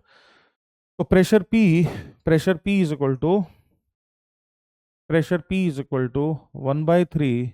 1/3 rho into VRMS का स्क्वायर, और VRMS की वैल्यू हम जानते हैं, उठा के यहाँ रख देते हैं। तो pressure P is equal to 1/3 into rho into VRMS कितना था भैया, √3RT, तो 3RT डिवाइडेड बाय m0, यही आ जाएगा, स्क्वायर होने की वजह से रूट हट जाएगा, ये आ जाएगा √3RT डिवाइडेड बाय m0। ठीक, बिल्कुल सही बात है, ठीक है जी, बिल्कुल सही है। अच्छा जी ये जो डेंसिटी है, क्या मैं इसको लिख सकता हूँ मास डिवाइडेड बाय वॉल्यूम, बिल्कुल लिख सकता हूँ। इस डेंसिटी रोहो को मैं लिख सकता हूँ गैस का मास m डिवाइडेड बाय वॉल्यूम, बिल्कुल लिख सकता हूँ। और गैस का जो मास है, क्या मैं उसको लिख सकता हूँ number of moles into molecular mass divided by volume, बिल्कुल लिख सकता हूँ। Number of moles into molecular mass divided by volume लिख सकता हूँ। हेंस रोहो की जगह मैं सब्स्टिट्यूट कर दूं, और 3 तो कट ही गया, 3 तो आपको दिख ही रहा है कि ये वाला 3 और ये वाला 3 तो कैंसिल आउट हो ही गया, है ना। तो अब हमें क्या दिखाई देगा, अब हमें जो दिखाई देगा वो कुछ ऐसा दिखाई देगा कि pressure P is equal to, यहां हमने रखा N into m0 divided by V, N into m0 divided by V, यहां रोहो की जगह पर, into RT divided by m0। क्या m0 और m0 फिर कैंसिल आउट हो गए, m0 और m0 कैंसिल आउट हो गए, और अब जो आपको दिखाई दे रहा है वो है आपकी standard equation PV is equal to nRT, PV is equal to nRT। तो हमने basically PV is equal to nRT को डिराइव कर लिया है ना। कहां से डिराइव कर लिया है, बताओ कहां से डिराइव कर लिया है, P is equal to 1/3 rho V square. तो काइनेटिक थ्योरी ऑफ गैसेस के जो पॉस्टुलेट्स हैं, आइडियल गैस के जो एजम्पशंस हैं, उनका इस्तेमाल करके सबसे पहले हमने P is equal to 1/3 rho V square को समझा। फिर मैक्सवेल ने जो वेलोसिटी डिस्ट्रीब्यूशन पर काम किया, उससे जो वेलोसिटीज निकाली, है ना, उसमें हमने ये समझा कि हम VRMS का इस्तेमाल करेंगे प्रेशर कैलकुलेशंस में। हेंस प्रेशर कैलकुलेशंस में VRMS का इस्तेमाल करते हैं अगर हम, तो PV is equal to nRT हमें इक्वेशन आती हुई दिखाई देती है। PV is equal to nRT हमें इक्वेशन आती हुई दिखाई देती है। क्या हम यहाँ तक समझ पा रहे हैं, ऐसा है। ठीक, तो दो चीजें हैं जिस पर, अब जहां तक हमने पढ़ लिया है उस पर दो चीजें हैं जिस पर क्वेश्चन बनेंगे। एक तो जो वेलोसिटीज हैं, मैक्सवेल डिस्ट्रीब्यूशन की वेलोसिटीज हैं, उनका रिलेटिव कंपैरिजन, है ना, उस पर पहली कैटेगरी जिस पर क्वेश्चन बनेंगे। और दूसरा सीधे सीधे PV is equal to nRT या P is equal to 1/3 rho V square. बहुत कॉमन है कि वो आपको हो सकता है मोस्ट प्रोबेबल वेलोसिटी दे दे, डेंसिटी दे दे और प्रेशर पूछे, ताकि आप गलती करें P is equal to 1/3 rho V square में रोहो को V को मोस्ट प्रोबेबल वेलोसिटी डाल दें, गलत हो जाएगा। हमें क्या करना पड़ेगा, हमें मोस्ट प्रोबेबल वेलोसिटी का इस्तेमाल करके RMS वेलोसिटी निकालनी होगी। हेंस वो जो तीनों तरह की वेलोसिटीज हैं, उन तीनों तरह की वेलोसिटीज का जो रेशियो है उसको समझना बहुत इंपॉर्टेंट है। वो जो तीनों वेलोसिटीज हैं, VRMS is to VRMS is to average speed is to V most probable. इनका अगर हम रेशो देखें तो इनका रेशो क्या रहेगा तो यहां √3 का टर्म आएगा, इस टू यहां √8/π का टर्म आएगा, इस टू √2। बोलो भाई, सही बात है। √3 is to √8/π, √3 is to √8/π is to √2, है ना। 8/π की वैल्यू कुछ 2.54 के आसपास होती है, ये भी आप दिमाग में रख सकते हैं। 8/π की वैल्यू कुछ 2.54 के आसपास होती है, 2.54 के आसपास होती है ना। Hence √3 is to 2.54, root of 2.54 is to √2। √3 हम जानते हैं, इसको मैंने बता ही दिया है, √2 हम जानते हैं। तो कंपैरेटिव खूब सारे क्वेश्चंस बनेंगे। एक दूसरा इन तीनों में से कोई भी स्पीड हो, क्या हम कह सकते हैं कि V, तीनों में से कोई भी हो, क्या हम कह सकते हैं कि V is directly proportional to √T/m0। बोलो, इन तीनों में से कोई भी हो, इनमें केवल मल्टीप्लाइंग नंबर्स का ही तो फर्क है ना। हेंस क्या हम कह सकते हैं कि v is directly proportional to under root of t by M naught. T obviously temperature kelvin में है, याद रखना है। तो v is directly proportional to under root of t by M naught. पर भी बहुत सारे क्वेश्चंस बनते हैं कि भैया ऑक्सीजन गैस इतने टेम्परेचर पर, ऑक्सीजन गैस की आरएमएस वेलोसिटी इतने टेम्परेचर पर इतनी है, तो बताओ हाइड्रोजन गैस की इतने टेम्परेचर पर कितनी आरएमएस वेलोसिटी होगी। तो क्या प्रोपोर्शनलिटी से काम चलेगा, v proportional to root over t divided by M naught. M naught is molecular mass, है ना, मॉलिक्यूलर वेट या मॉलिक्यूलर मास। ठीक, करेक्ट है। तो चाहे तीनों में से कोई भी की कहानी कहें, v proportional root t by M naught तो कभी नहीं जा रहा है, वो तो कहीं डिस्टर्ब नहीं हो रहा है। और इन तीनों भाइयों का जो रेशो है वो √3 is to √8 by pi is to √2। कौन सबसे बड़ा है, VRMS। कौन सबसे छोटा है, मोस्ट प्रोबेबल। कौन सबसे बड़ा है, VRMS। कौन सबसे छोटा है, मोस्ट प्रोबेबल। और प्रेशर कैलकुलेशंस में कौन यूज किया जाएगा, प्रेशर कैलकुलेशंस में कौन यूज किया जाएगा भाई साहब, प्रेशर कैलकुलेशंस में आरएमएस वेलोसिटी का इस्तेमाल किया जाएगा। प्रेशर कैलकुलेशंस में आरएमएस वेलोसिटी का इस्तेमाल किया जाएगा। उम्मीद कर रहा हूं कि यहां तक हमें चकाचक समझ में आ गया है, यहां तक हमें सारी कहानियां समझ में आ गई हैं। ठीक है जी। अच्छा जी, एक और छोटी सी बात है, as the temperature increases the distribution curve shift towards right. तो T2 ग्रेटर देन T1 दिख रहा है हमें, तो ये जो मैक्सवेल का कर्व है ये ऐसे राइट वर्ड शिफ्ट करेगा। जैसे जैसे टेम्परेचर बढ़ेगा ये मैक्सवेल का कर्व राइट वर्ड शिफ्ट करेगा, जैसा दिखाया जा रहा है। The distribution curve shift to the right and average speed increases and the distribution curve broadens. दो बातें हो रही हैं, क्या क्या दो बातें हो रही हैं, एवरेज स्पीड बढ़ रही है, हर चीज बढ़ रही है, मोस्ट प्रोबेबल की वैल्यू बढ़ रही है, न्यूमेरिकल वैल्यू, VRMS की न्यूमेरिकल वैल्यू बढ़ रही है ना भाई, एवरेज स्पीड की भी न्यूमेरिकल वैल्यू बढ़ रही है, क्योंकि एनीवेज सब लोग √T के प्रोपोर्शनल है ना, प्रोपोर्शनल टू √T है। तो अगर तुम टेम्परेचर बढ़ा दोगे तो किसी भी तरह का एवरेज निकालो, सब बढ़ेगा, सब बढ़ेगा, चाहे मोस्ट प्रोबेबल हो, चाहे VRMS हो, चाहे एवरेज स्पीड हो, सब बढ़ेगा। और दूसरी बात, जो कर्व है वो थोड़ा ब्रॉडन हो जा रहा है, चौड़ा हो जा रहा है। देखो पहले कर्व थोड़ा स्लीक था, पतला था, अब कर्व कैसा हो जा रहा है, अब कर्व रिलेटिवली चौड़ा हो जा रहा है। बस ये इंफॉर्मेटिव बात है जो हमारे दिमाग में होनी चाहिए, जो हमें समझ में आनी चाहिए। ठीक, अच्छा जी। फिर छोटी मोटी कई सारी बातें हैं, relation between pressure and kinetic energy. आइए जरा इसको देखें। तो क्या हम ऐसा कह सकते हैं कि जो काइनेटिक एनर्जी, अगर काइनेटिक एनर्जी को E बोला जाए, है ना, काइनेटिक एनर्जी किसकी, गैस की जो काइनेटिक एनर्जी है ना, गैस की जो काइनेटिक एनर्जी, अगर उस काइनेटिक एनर्जी को E बोला जाए, तो गैस की काइनेटिक एनर्जी E अगर है तो क्या that would be equal to half into total mass of the gas, है ना, इनटू जो स्पीड है गैस का उसका square, half capital M V square. बिल्कुल सही बात है ना। यहाँ V स्पीड है ना, यहाँ V क्या है, यहाँ V स्पीड है, तो total energy is half into M into V का स्क्वायर। हम ऐसा लिख सकते हैं, बिल्कुल ऐसा लिख सकते हैं। ठीक, अच्छा जी। तो हम प्रेशर और इस काइनेटिक एनर्जी में रिलेशनशिप को निकालना चाहेंगे, प्रेशर और काइनेटिक एनर्जी में रिलेशनशिप को निकालना चाहेंगे। यहाँ जो V है, यहाँ जो V है इसकी वैल्यू मैं सब्सिट्यूट करूं अगर, है ना भाई, VRMS के रूप में इसको सब्सिट्यूट करूं तो देखो क्या मिलेगा, half into total mass of the gas into 3RT divided bye M not. और इधर क्या चल रही है, इधर एनर्जी चल रही है E, इधर एनर्जी चल रही है E। ठीक है, बिल्कुल सही बात है। ये है टोटल मास। क्या इसको लिख सकते हैं number of moles into molecular mass, capital M को क्या हम लिख सकते हैं number of moles N into molecular mass M not, और M नॉट कैंसिल आउट हो जाएगा। तो M नॉट और M नॉट को कैंसिल आउट कर दें अगर, तो अब हमें क्या दिखाई देगा, अब हमें दिखाई देगा 3/2 times of nRT, 3/2 times of nRT which is PV, which is PV, है ना। so this is like 3/2 times of PV। सही है। तो जो टोटल एनर्जी है that is 3/2 times of PV। क्योंकि मैं आपको पहले ही समझा चुका हूं कि पोटेंशियल एनर्जी तो है नहीं, तो गैस के पास जो काइनेटिक एनर्जी है अगर उसको हम E बोल रहे हैं तो kinetic energy is 3/2 times of pressure into volume. ये एक इंटरेस्टिंग रिलेशनशिप हुआ जो हमें याद रखना चाहिए। ठीक, फिर अगर हम वॉल्यूम को यहां ले जाकर डिवाइड कर दें तो टोटल एनर्जी पर unit volume is 3/2 times of pressure, ऐसा दिखाई देगा। टोटल एनर्जी पर यूनिट वॉल्यूम, टोटल एनर्जी पर unit volume is 3/2 times of pressure, ऐसा दिखाई देगा। ये भी इंटरेस्टिंग एक्सप्रेशन है ना, ये भी हमारे दिमाग में रहना चाहिए कि टोटल एनर्जी पर unit volume is 3/2 times of pressure. ठीक है जी, ऐसा है, इजी चीज। तो क्वेश्चन बन जाएंगे इस पर। ठीक। क्वेश्चन बन जाएंगे, कोई दिक्कत वाली बात नहीं है। मीन काइनेटिक एनर्जी अभी हमने निकाली ली है, वो मीन काइनेटिक एनर्जी थी। अच्छा जी, फिर एक और बहुत बहुत इंपॉर्टेंट कंसेप्ट है जिस पर हर साल क्वेश्चन आता है, बहुत ज्यादा इंपॉर्टेंट कंसेप्ट है, मीन फ्री पाथ। बहुत बहुत ज्यादा, आप इसको मान के चलिए कि एक क्वेश्चन आपको, अगर केटीजी से एक क्वेश्चन आया मान लेते हैं, तो 100% पक्का है कि वो मीन फ्री पाथ पर आएगा। हर साल एक क्वेश्चन हमें मीन फ्री पाथ पर मिलता है। मीन फ्री पाथ होता क्या है?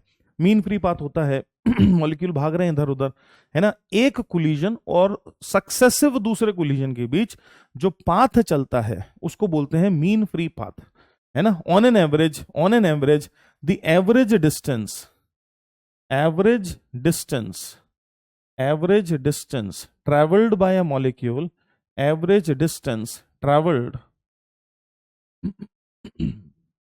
by a molecule, average distance traveled by a molecule between two successive collision, between two successive between two successive collision, average distance travelled by the particle between two successive collision को हम mean free path बोलते हैं। हम mean free path बोलते हैं, है ना भाई, ऐसा है, मीन फ्री पाथ बोलते हैं।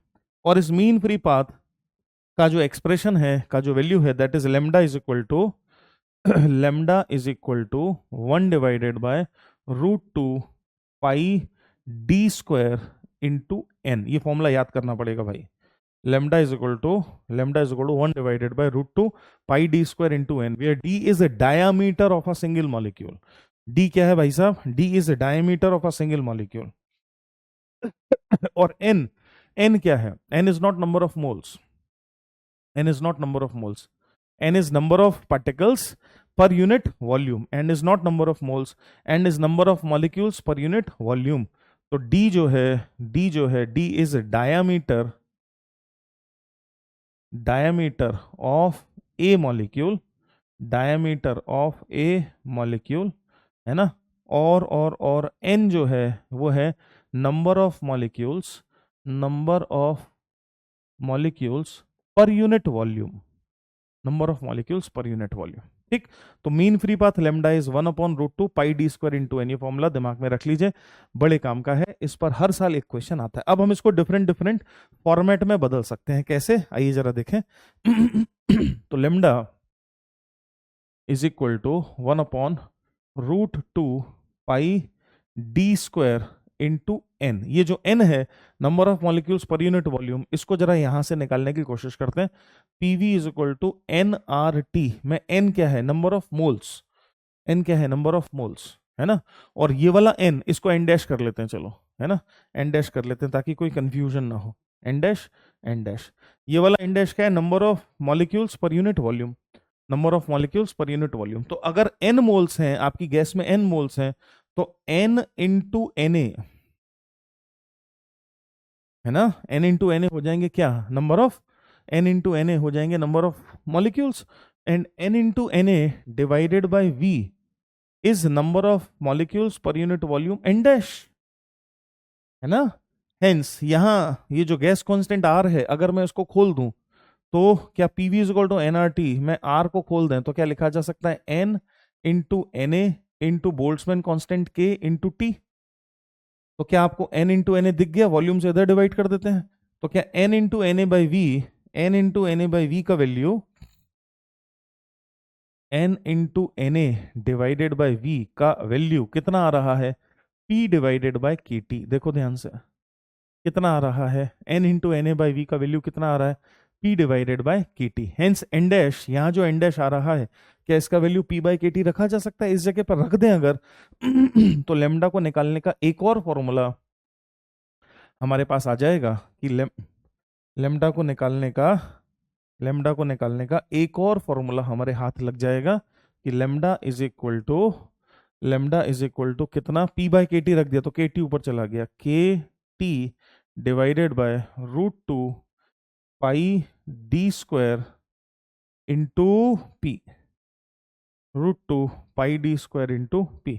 तो lambda is equal to KT divided by pi d square into P, है ना, ऐसा। तो हमको लेमडा निकालने का एक और फॉर्मूला आ जाएगा। हेंस मीन फ्री पाथ निकालने के दो फॉर्मूले हमारे पास।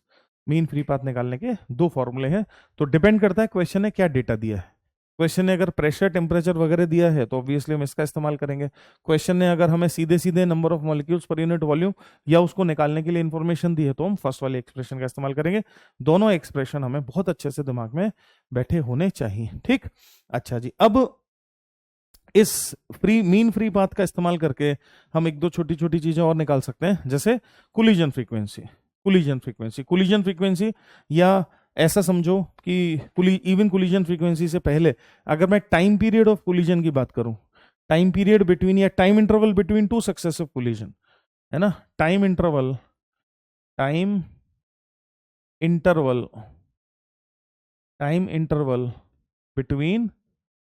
To collision, time interval between two collision की अगर मैं बात करूं, है ना, तो लेमडा अगर है मीन फ्री पाथ, है ना, और किस स्पीड से पार्टिकल चलेगा, एवरेज स्पीड से पार्टिकल चलेगा, यहां पर एवरेज स्पीड का इस्तेमाल होगा, है ना। तो लेमडा डिस्टेंस एवरेज स्पीड से चलने में जो समय लगेगा, क्या वो समय time interval between two collision कहलाएगा? Hence that would be equal to lambda divided by speed average. ये बात हमें समझ में आ रही है क्या, है ना।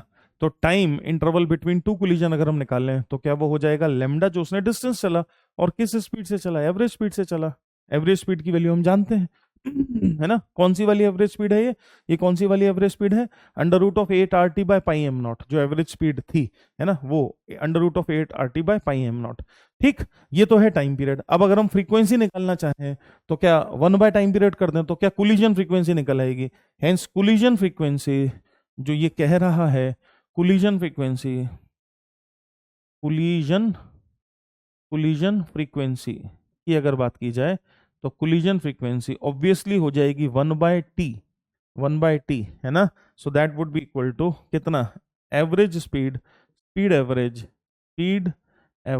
डिवाइडेड बाय लेमडा, लेमडा का फॉर्मूला है हमारे पास, स्पीड एवरेज का फॉर्मूला है, रख देंगे दोनों को, खेल खेल लेंगे, जो भी यहाँ से निकलेगा उसका खेल खेल लेंगे और समझ लेंगे कि क्या हो रहा है ना। कोलिजन फ्रीक्वेंसी की कहानी speed average divided by lambda की बनेगी। क्या आपको मेरी बात समझ में आ रही है? बिल्कुल समझ में आ रही है, ठीक है, बात समझ में आ जाती है, ऐसा है। अच्छा जी, तो कोलिजन फ्रीक्वेंसी भी हमने समझ लिया है। आइए अब इस पर थोड़े से क्वेश्चन देखें, किस तरह के क्वेश्चन बन सकते हैं। तो देखो जरा, अब तक हमने जो भी कर लिया है उस पर कुछ क्वेश्चंस का फ्लेवर थोड़ा सा चखें। तो ratio of mean speed of hydrogen molecule, बहुत आसान क्वेश्चंस हैं और लगभग ओरल कर सकते हैं आप इनको। तो देखिए, ratio of mean speed of hydrogen molecule to the mean speed of nitrogen molecule in a sample containing a mixture of the two gases. तो चूंकि एक ही सैंपल में है तो ऑब्वियसली टेम्परेचर तो दोनों का सेम हो जाएगा, है ना। हेंस तो क्या 1/m0, that means V1/V2 would be equal to √m2/m1। क्या ये बनेगा? V1/V2 would be equal to √m2/m1, ये बनना चाहिए, है ना। सही है, ऐसा है। तो क्या आंसर आ जाएगा हमारा? नाइट्रोजन, कौन कौन सी गैस है, हाइड्रोजन और नाइट्रोजन है ना। तो 28 2 14, ए आंसर आ जाएगा √14। देख रहे हो, √14 आंसर आ जाएगा। अगला देखो, अगला क्या चाहता है हमसे, अगला क्या करवाना चाहता है। तो ideal gases enclose in a cylinder eight a pressure of 2 atmosphere, temperature 300 kelvin, the mean time between two successive collision is this. Okay, if the pressure is doubled and the temperature is increased to 500 Kelvin, then the mean time between two successive collision will be close to, okay भाई। तो mean time between two successive collision, that means T average भी कह सकते हैं, जो भी हमने निकाला था, that was lambda divided by average speed, है ना, speed average। और वो क्या क्या कर रहा है, pressure is doubled and temperature is increase to 500 kelvin. पहले 300 केल्विन था और अब 500 केल्विन है। तो प्रेशर और टेम्परेचर से खेल रहा है, तो हमें समझना होगा कि भाई प्रेशर और टेम्परेचर से खेला जाएगा तो क्या होगा। तो लेमडा का एक्सप्रेशन और एवरेज स्पीड के फॉर्मूले दोनों को रखना पड़ेगा यहाँ पर। लेमडा का एक्सप्रेशन हमने देखा था अभी, लेमडा के दो एक्सप्रेशन है ना भाई। तो लेमडा का एक्सप्रेशन ये वाला प्रेशर और टेम्परेचर वाला एक्सप्रेशन रखेंगे तो KT divided bye √2πd², P, K constant रहेगा, D कांस्टेंट रहेगा। तो लेमडा रखा हमने KT divided bye √2πd², P। Lambda की वैल्यू रखी KT लेमडा की वैल्यू रखी KT divided bye KT divided by √2 pi d square P, ये तो लेमडा की वैल्यू रखी। और एवरेज स्पीड क्या है भाई साहब? एवरेज स्पीड है √8 RT bye pi m not, ये रखा। मुद्दे मुद्दे की चीजें निकालनी। मुद्दे की चीजें कौन है? टेम्परेचर और प्रेशर। मुद्दे की चीजें कौन है भाई साहब? टेम्परेचर और प्रेशर। तो देखिए यहां नीचे √T है, यहाँ ऊपर T है। हेंस क्या मैं कह सकता हूं कि कैपिटल T या T average would be directly proportional to under root of temperature T divided by pressure. ठीक, बाकी तो सब कांस्टेंट रहेगा, under root of temperature T divided by pressure. ठीक है जी, ऐसा है। तो पहले अगर जो मीन फ्री टाइम था, अगर वो पहले मीन फ्री टाइम था T1 और बाद में मीन फ्री टाइम है T2, so this would be equal to under root of, पहले टेम्परेचर क्या था? 300 केल्विन, और बाद में टेम्परेचर कितना कर रहे हो दादा? 500 केल्विन। ठीक है जी, ये तो ये वाला रेशो रहा। और प्रेशर रिवर्स हो जाएगा, तो पहले प्रेशर कितना था? 2 एटमॉस्फेयर, तो पहले जो प्रेशर था 2 एटमॉस्फेयर, P1 कह रहा हूं मैं, वो नीचे आएगा, और बाद में जो प्रेशर है वो ऊपर आएगा। प्रेशर को डबल किया है, hence P2 is like 2 times of P1, तो P1 ने P2 को काटा 2 टाइम्स, है ना। और इधर ये डबल, ये 0 0 0 0 सब कटे। ठीक है जी, तो हमें T2 की वैल्यू निकालनी है। T2, तो T2 की जो वैल्यू है that is √5/3 times of T1, और ये जो 2 है, ये 2 कहां पहुंचेगा? ये नीचे पहुंचेगा, डिवाइडेड बाय 2। ठीक, √5/3 इंटू T1 डिवाइडेड बाय 2। इसको सिंप्लीफाई कर लेते हैं।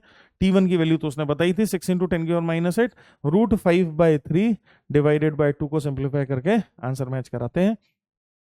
क्या कहानी बनेगी? डेफिनेटली √5/3 डिवाइडेड बाय, जब मैं 2 करूंगा, है ना भाई, इस एक्सप्रेशन को निकालूंगा, तो 6 से तो मेरा लेसर आंसर आएगा, थोड़ा सा ही छोटा आंसर आना चाहिए 6 से।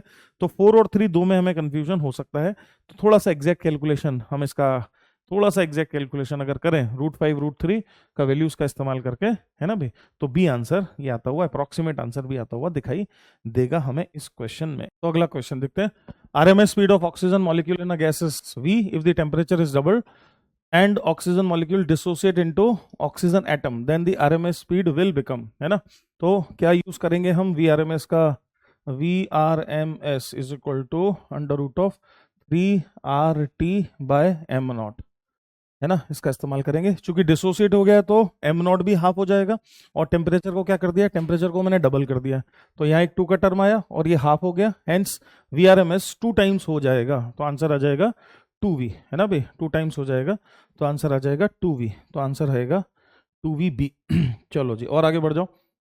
Temperature at which RMS velocity of oxygen molecule is equal to nitrogen molecule at 100 degree centigrade, है ना। तो फिर वही एक्सप्रेशन का यूज करूंगा मैं, VRMS is equal to under root of 3RT/m0। अभी टेम्परेचर और मॉलिक्यूलर मास दोनों ही अलग अलग है, राइट। तो V1/V2 would be equal to under root of T1/T2, और उधर मल्टीप्लाई हो जाएगा अंडर रूट ऑफ MO2/MO1, है ना।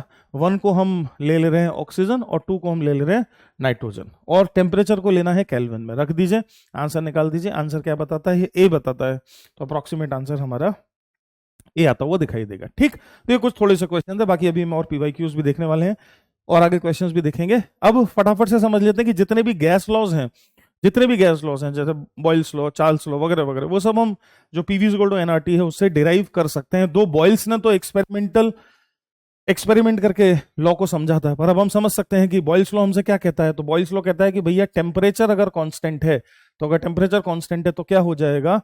P1V1 is equal to P2V2 हो जाएगा, क्योंकि PV = nRT है, PV = nRT है। टेम्परेचर कांस्टेंट कर दिया तो क्या P1V1 = P2V2 हो जाएगा? बिल्कुल हो जाएगा। तो क्या मैं बॉयल्स लॉ को एक्सप्लेन कर सकता हूं फ्रॉम फंडामेंटल लॉ, या मेरा PV = nRT से एक्सप्लेन कर सकता हूं? बिल्कुल एक्सप्लेन कर सकता हूं। चार्ल्स लॉ, प्रेशर कांस्टेंट, तो चार्ल्स लॉ कब लगता है? प्रेशर कांस्टेंट, है ना। तो अगर प्रेशर कांस्टेंट हो गया, PV = nRT से देखें तो क्या T/V का रेशो कांस्टेंट हो गया, right. That means T1/V1 must be equal to T2/V2। क्या ये भी एक्सप्लेन हो गया? बिल्कुल हो गया। जबकि चार्ल्स ने इसको एक्सपेरिमेंटली निकाला था, है ना, और यहां भी हम उसको उस तरीके से देख सकते हैं। गेल-ल्यूसैक्स लॉ, गेल-ल्यूसैक्स लॉ का क्या कहानी है? गेल-ल्यूसैक्स लॉ वॉल्यूम कांस्टेंट, तो Gay Lussac's law it's like volume constant.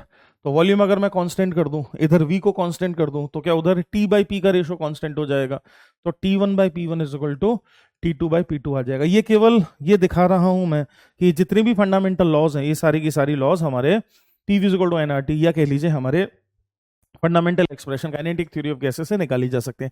Avogadro's law जो मोल की बात करता है ना, एवोगाड्रो लॉ जो मोल की बात करता है, जो मोल का कंसेप्ट है वो भी हम PV is equal to nRT से समझते हैं, क्योंकि उसके डेरिवेशन में हमने मोल कंसेप्ट का इस्तेमाल किया, है ना भाई। ग्राम्स लॉ, ग्राम्स लॉ की अगर हम बात करें तो diffusion, Graham's law of diffusion, है ना भाई, कि at the same pressure and temperature, तो जो रेट ऑफ डिफ्यूजन है that is proportional to, rate of diffusion is proportional to 1 by under root of density. Rate of diffusion same pressure और temperature पर 1 by density के proportional है।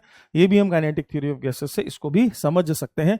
Dalton's law of partial pressure भी हम बहुत आराम से समझ सकते हैं कि भैया PV is equal to nRT है, और अगर एक ही चैम्बर में एक से ज्यादा गैसेस हैं तो इंडिविजुअल जो गैसेस हैं वो P1 P2 P3 वगैरह वगैरह अपना प्रेशर बनाएंगे, और कंबाइंड प्रेशर सबके सम टोटल से निकलेगा, है ना भाई। तो जो कंबाइंड प्रेशर होगा वो जो सारी गैसेस के इंडिविजुअल प्रेशर है P1 P2 P3 P4, जिसको हम चाहें तो पार्शियल प्रेशर्स वगैरह कह सकते हैं, उनके सम टोटल से आ जाएगा।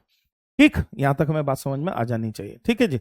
अब एक कंसेप्ट है डिग्री ऑफ फ्रीडम का, इसको समझते हैं। मजेदार चीज है, थर्मोडायनेमिक्स का बहुत ज्यादा यूज होने वाला है, तो फटाफट से देखिए डिग्रीज ऑफ फ्रीडम का क्या मतलब है। डिग्रीज ऑफ फ्रीडम का मतलब है number of independent motion.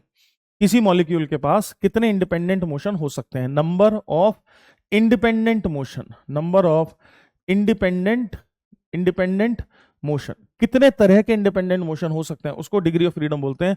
F का सिंबल है डिग्री ऑफ फ्रीडम का। और डिग्री ऑफ फ्रीडम इस पर नहीं निर्भर करती है कि वो जो मॉलिक्यूल है उसका एलिमेंटल कंपोजिशन क्या है, इस पर निर्भर करती है कि उसकी एटॉमिसिटी क्या है।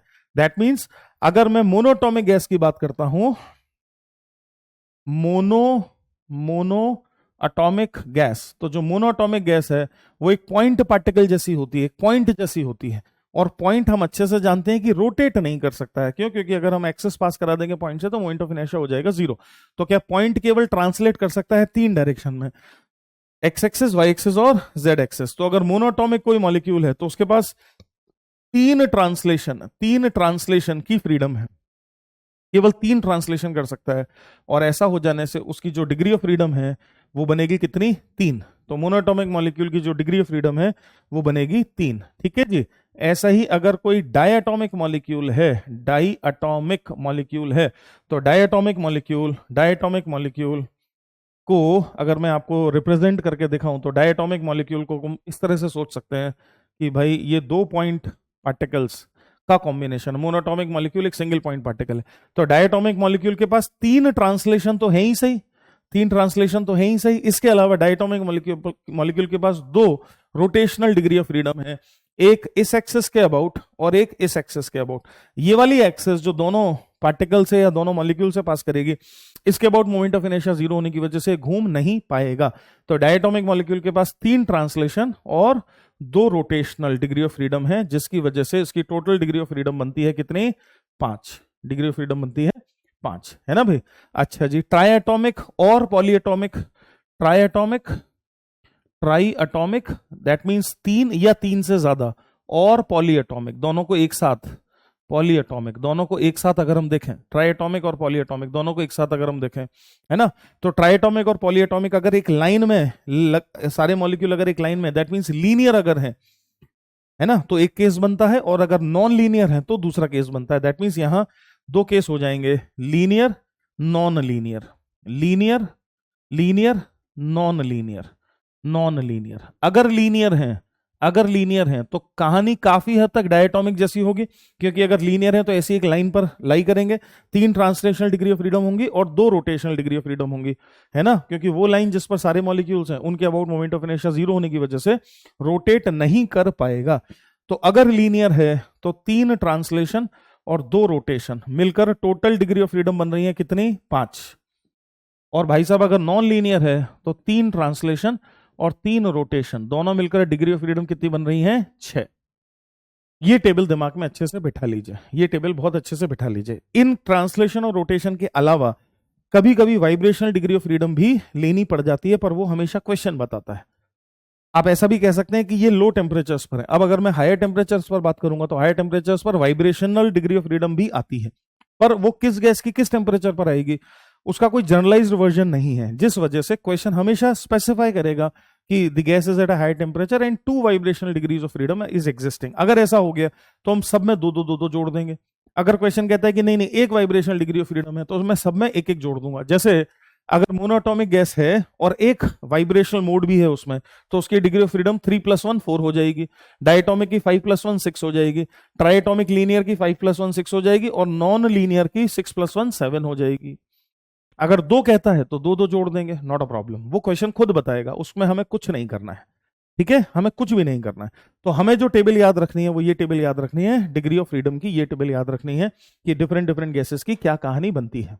ठीक, अच्छा जी, ये जो एक्सप्रेशन लिखा हुआ है ये कॉम्बिनेशन के लिए लिखा हुआ है कि अगर कोई मिक्सचर है गैसेस का, अगर ऐसा कोई इस तरह का मिक्सचर है ना, ये मिक्सचर है और इसमें F1 डिग्री ऑफ फ्रीडम के N1 मोल्स हैं, F2 डिग्री ऑफ फ्रीडम के N2 मोल्स हैं, F3 डिग्री ऑफ फ्रीडम के N3 मोल्स हैं, तो इक्वलेंट डिग्री ऑफ फ्रीडम कितनी होगी? तो इक्वलेंट डिग्री ऑफ फ्रीडम है F equivalent is equal to summation of Fn divided by summation of n। कभी कभी इस पर क्वेश्चन बन सकता है, इसीलिए यहां पर ये मेंशन्ड है। तो इक्वलेंट डिग्री ऑफ फ्रीडम जो मिक्सचर गैशियस मिक्सचर है ना, जैसे इसमें अगर कोई गैशियस मिक्सचर है, मान लेते हैं कि हाइड्रोजन ऑक्सीजन और ऐसे 2-3 गैसेस का मिक्सचर दे दिया, और अब आपसे पूछा कि इक्विवेलेंट डिग्री ऑफ फ्रीडम बताओ, तो इक्विवेलेंट डिग्री ऑफ फ्रीडम ऐसे आएगी। एक बात समझ लें बहुत अच्छे से कि अगर सिंगल गैस है तो उसकी डिग्री ऑफ फ्रीडम तो हमेशा ही इंटीजर नंबर होगी, पर ऐसे मिक्सचर की जब हम इक्विवेलेंट डिग्री ऑफ फ्रीडम निकाल रहे हैं, चूंकि मैथमेटिकल एक्सरसाइज है, इसका कोई फिजिकल मीनिंग नहीं है, तो ये नॉन इंटीजर भी आ सकती है। कभी कभी बच्चे घबरा जाते हैं कि degree of freedom non integer कैसे आ गई, वो मिक्सचर की आ सकती है क्योंकि ये इक्विवेलेंट है और इसका कोई फिजिकल मीनिंग फिजिकल सिग्निफिकेंस नहीं है, कोई फिजिकल सिग्निफिकेंस इस चीज का नहीं है। ठीक है भाई साहब, फिर आ जाते हैं Maxwell's law of equipartition of energy, जो मैंने आपको पहले भी बताई थी कि सभी डायरेक्शंस में जो एनर्जी है वो बराबर बराबर होगी। इसको और आगे बढ़कर और अच्छे शब्दों में अगर कहें तो मैक्सवेल ने जो कहा, जिसको Maxwell law of equipartition of energy कहते हैं, मैक्सवेल ने कहा कि अगर कोई गैस T टेम्परेचर पर है, अगर कोई गैस T टेम्परेचर पर है, तो उसके हर डिग्री ऑफ फ्रीडम के करस्पॉन्डिंग जो एनर्जी होगी that is ½ kT। Energy corresponding to each degree of freedom, energy associated with each degree of freedom, energy associated with each degree of freedom की जो वैल्यू होगी that is given by ½ kT। Her degree of freedom के corresponding जो energy होगी वो होगी ½ kT। अब imagine करते हैं क्योंकि वो एक मॉलिक्यूल है, उसके पास F डिग्री ऑफ फ्रीडम है, F। तो अगर कोई मॉलिक्यूल है जिसके पास F डिग्री ऑफ फ्रीडम है, तो उस मॉलिक्यूल की एनर्जी क्या होगी? आइए जरा लिखें, एनर्जी ऑफ ए मॉलिक्यूल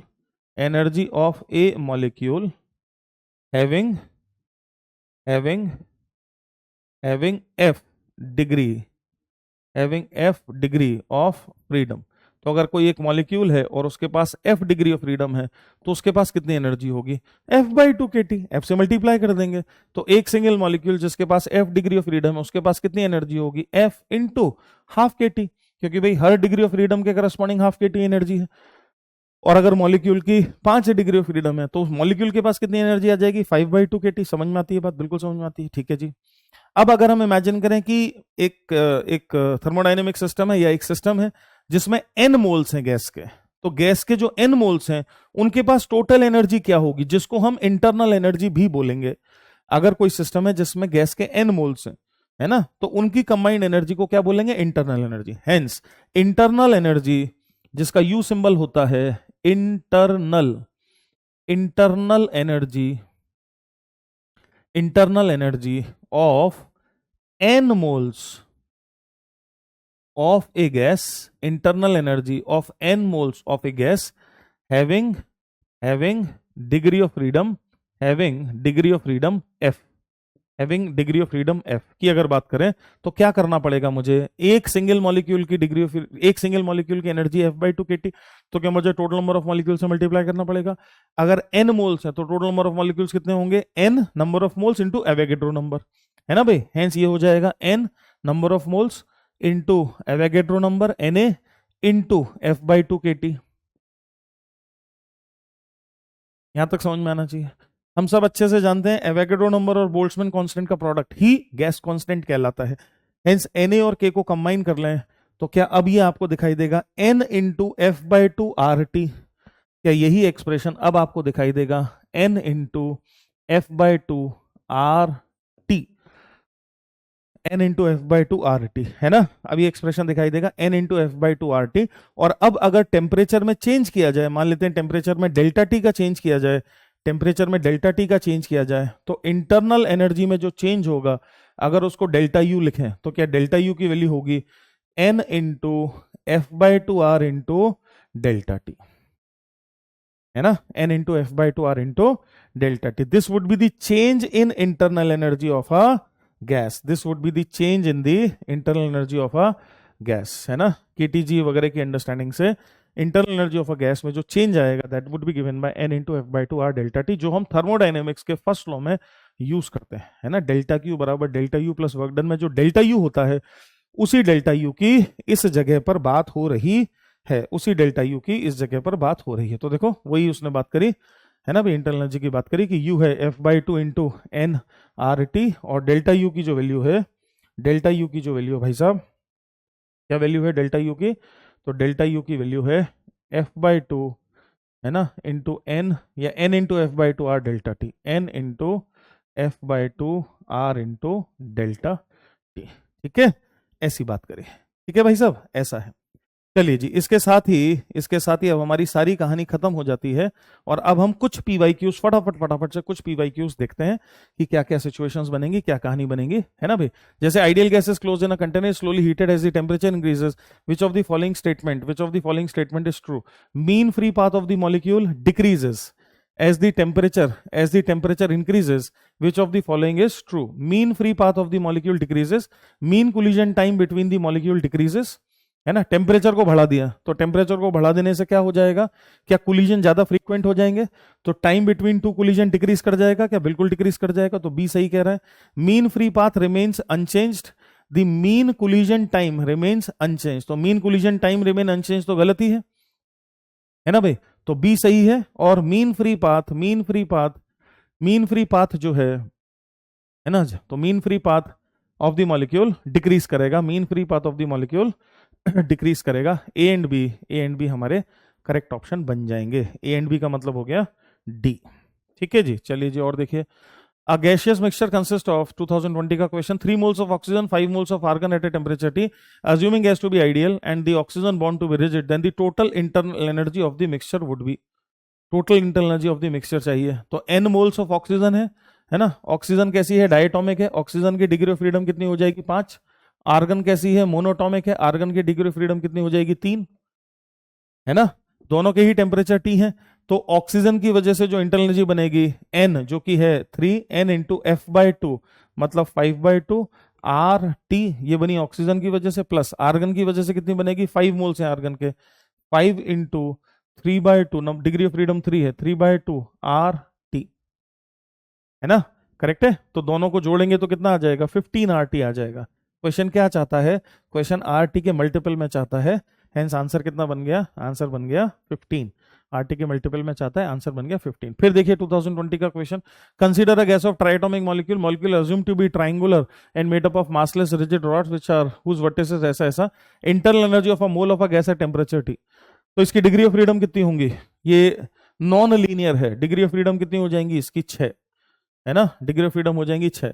अब internal energy 1 mole of the gas की इंटरनल एनर्जी चाहिए, तो n जो की है 1 इंटू एफ बाई टू जो की है 6 बाई टू आर टी, तो कितना आंसर आ जाएगा भाई 3 आर टी, कितना आंसर आ जाएगा 3 आर टी आंसर आ जाएगा, है ना।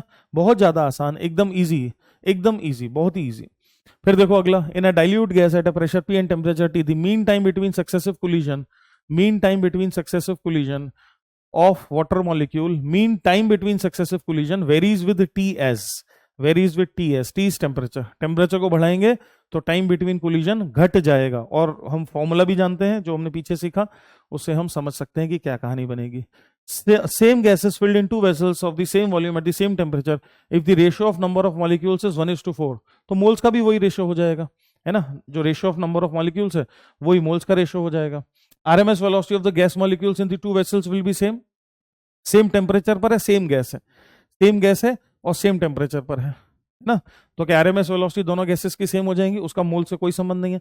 Ratio of pressure in these vessels will be 1:4, तो PV is equal to NRT से देखें, अगर हम PV is equal to NRT, तो वॉल्यूम दोनों का सेम है, सेम वॉल्यूम, टेम्परेचर दोनों का सेम है, तो क्या जो नंबर ऑफ मोल्स का रेशियो होगा वही प्रेशर का रेशियो हो जाएगा, और नंबर ऑफ मोल्स का रेशियो नंबर ऑफ मॉलिक्यूल्स का रेशियो बनेगा, नंबर ऑफ मॉलिक्यूल्स का रेशियो बनेगा, तो क्या प्रेशर भी 1:4 के रेशियो में जाएगा. Ratio of pressure 1:4, ratio of pressure will be 1:1, गलत. The RMS velocity of gas molecule in two vessels will be in the ratio of 1:4, गलत.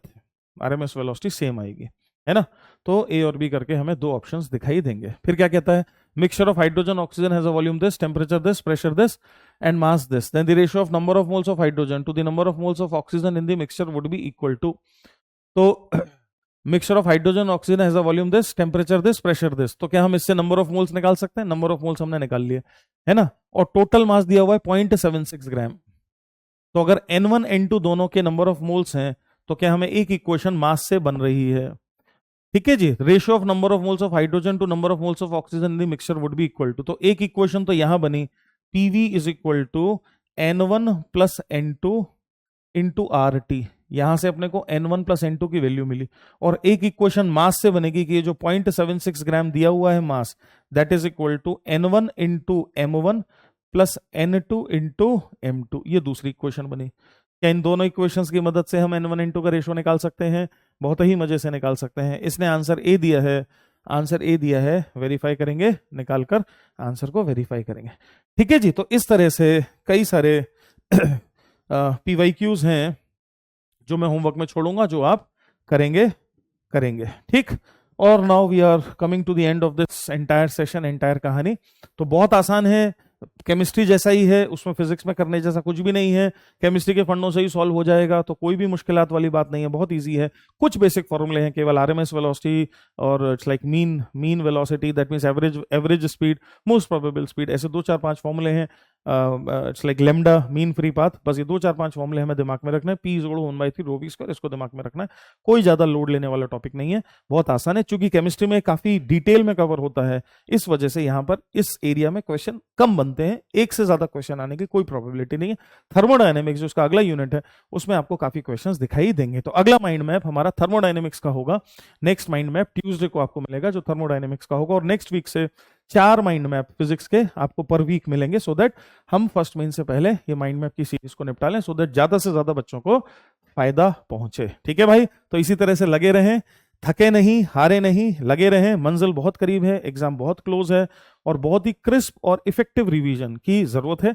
स्ट्रेटेजी से खेलें, दम लगाकर खेलें, और विनिंग कार्ड्स लेकर आए. मेंस में ही, फर्स्ट मेंस में ही फोड़ दें उठा के, सो दैट बच गए समय को फिर हम एडवांस में डेडिकेट कर सकें. Thank you very much. मेरी तरफ से बहुत बहुत बहुत बहुत आपको बेस्ट विशेस और इस जाते हुए वर्ष की शुभकामनाएं, और ईश्वर से दुआ करूंगा कि अगला साल आपके लिए बहुत ही खुशियां लेकर आए, और आपको सेलेक्ट कराए, बढ़िया रैंक से सेलेक्ट कराए, स्वर्णिम अक्षरों में आप नेक्स्ट ईयर को अपने जीवन में देखें, ऐसी मैं ईश्वर से कामना करूंगा. थैंक यू वेरी मच इस सीरीज को इतना प्यार देने के लिए. मैं मनीष शर्मा बहुत बहुत आपका आभारी हूं, और वंस अगेन सबको धन्यवाद देता हूं. खूब लगन से पढ़ो, दम लगा कर पढ़ो, जितनी ताकत है सारी ताकत झोंको, है ना. हम सब लोगों का आशीर्वाद और प्यार दोनों ही तुम्हारे साथ है. फोड़ दो, मचा डालो. Bye bye.